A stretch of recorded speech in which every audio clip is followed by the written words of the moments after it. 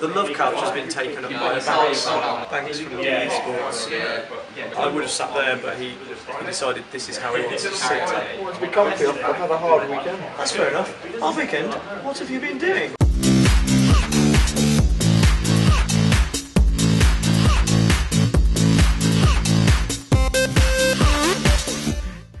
I've been doing all the StarCraft 2 coverage, hosting, and my guys who work on the esports with me, they were doing casting along with a couple of very good Dutch casters as well, came over from the Netherlands. I've been interviewing all the players. This is awkward now for you. A little bit. Good leg. Good leg, have fun.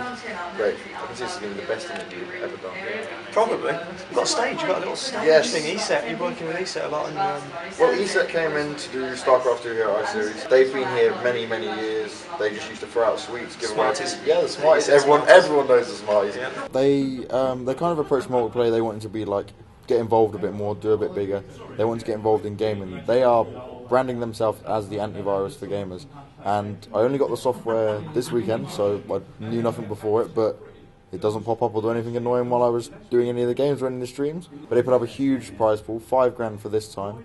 Bling walked away in the end as champion for $2,500. And next iSeries, they're putting a $10,000 prize pool in. It's going to be even bigger, because I've been to all the iSeries StarCraft ones that they've had for StarCraft 2. And I feel this has been the best one by a long way. Do you feel like that's ESET's doing, or do you think... A mixture of both, like... Now, obviously, multiplayer, they need the budget, so ESET provided the budget, but Joe and Quinton, who both work for ESET, passionate. Quinton, 2 weeks ago, went and bought a new computer and StarCraft 2, just so he could play some.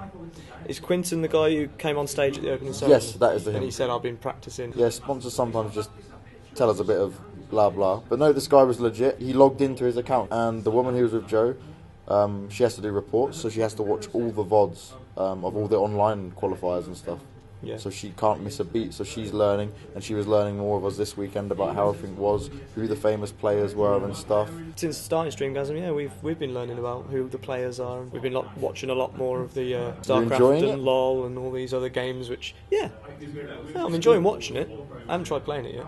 Yeah, playing is very hard still. You have to put a lot of hours in. Yeah, I know. I'd rather just jump on a server and hit a few heads for a while and then hop off. Hours are not what I have. Yeah. Definitely do not have hours of time. So what, have you just been constantly working this LAN, or have you got any free time? You had any free time to chill out? I had free time and I didn't sleep during it yesterday. Longest day for a while. Did all the event, did all the coverage, started everything up, everything was running smooth, all perfect, had a great day. And then I had a couple of drinks with one of our sponsors and went to the Holiday Inn when this bar closed. Now I'm also one of the managers, the non-Korean managers for StarTale, a Korean team. I went to come back to then go watch the WCG because Parting was in the final, and I bumped into three women who were very drunk, and they asked me what I was doing. And being the complete geek that I was, I explained everything what I was doing. Yeah. They asked me to come into the bar, so I sat in the bar on the wireless. They were buying drinks. I was drinking and watching WCG. It was awesome. So you sat in a bar with three lovely ladies watching WCG? Yeah, see? I was trying to educate them about StarCraft, but no offence if they ever see this, but I think they had like 2 brain cells between 3 people. No offence. No offence. Yeah. They were amazed by my webcam. They were amazed by a webcam. I was on a Skype chat with someone. I thought I'd show them the hilarious women. You know Mark Horner? Oh yeah, Mark. He was impressed by a tripod. He didn't know. Is it the baby tripod? Is that why? Well, it was because we'd put a microphone on a tripod, I think, and he wasn't. He didn't realise you could get chairs for microphones. Typical Call of Duty people. I've just offended most of your subscribers subscribers, yes. No. No, I love Call of Duty. I'm lying. I've asked this to a couple of players at DreamHack as well. If people like us were looking for a new game to play, why would you recommend that we try StarCraft 2 over other games? You have to be a certain type of player to play StarCraft and get into it. You can have fun doing the campaign and stuff, but I find the online is very competitive. See, a lot of esports players, they are super competitive. So I would suggest, yes, get into StarCraft. But first, watch a lot of replays and things. It is so exciting once you get into it. And if you can build up a passion in this game, it's something that sticks with you. Before this, I knew nothing about StarCraft. When it first came out, I used to work with Zowie Gear, and I had to learn as part of the job. I just got the bug, and I just kept going and going. I was asking my friends who played RTS for a long time. I just got the bug now, and now I'm the person people come to for knowledge, which is kind of weird. But at the same time, I cast CSGO, I love CS in general. Counter-Strike is my game I started on. I like League of Legends, I'm getting into that a bit as well, like as a casual game. My little brother, who's only 12, he's a big League of Legends fan. So League of Legends is good for 12-year-olds. Pretty much, actually. I'm not even going to lie. I'd like to say some of the pro players have mental ages above 12, but I doubt that as well. Okay, so we've done COD players, we've done LoL players. StarCraft are okay at the moment. They're pretty happy with this interview so far. I don't mean all League of Legends games. It's horrible to brand everyone like that. But there was an incident involving 2 teams. I don't even need to name who it was, where they did a max fix. Basically, they just agreed to split the money and didn't play it properly. Now, if that was random or mid, that thing. Yeah. If that was to happen in FPS, these players would not walk into a LAN again because people would ridicule them. We've seen it many times. People cheat and they're like banished by the community. Critical from CSS, he seems to manage to come back after cheating, but generally they get blacklisted. Even my little brother, I tried to explain to him why he shouldn't like a particular player that was involved in this, and he still likes him, and he's still a very big fan favourite. But to me, I've lost all respect for the players that did that action. Where League of Legends is quite a young game, and I've spoken, interviewed with a lot of them as well, and I know them.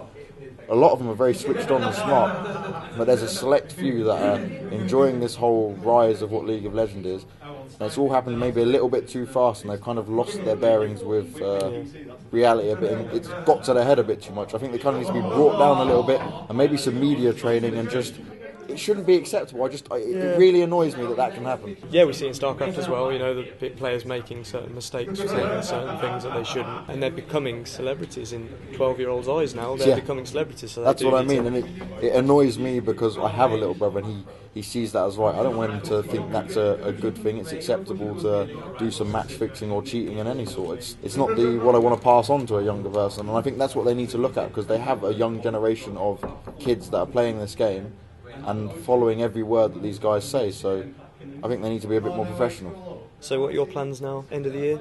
End of the year. Any more tournaments before Christmas? We might go Home Story Cup, which is it's a StarCraft event. It's done in Takes Home. We were at the last one. We've got a sponsor called XMG. They do laptops. Right, I'll say laptops. It's notebooks. I've got to get this right. You've got to say notebooks. I have to say notebooks. Yeah, we met XMG. Notebooks. We were sat with right next to XMG. You met Chris? We didn't meet them properly. We met 2 of their promo girls, though, kind of. Ooh. Good on you.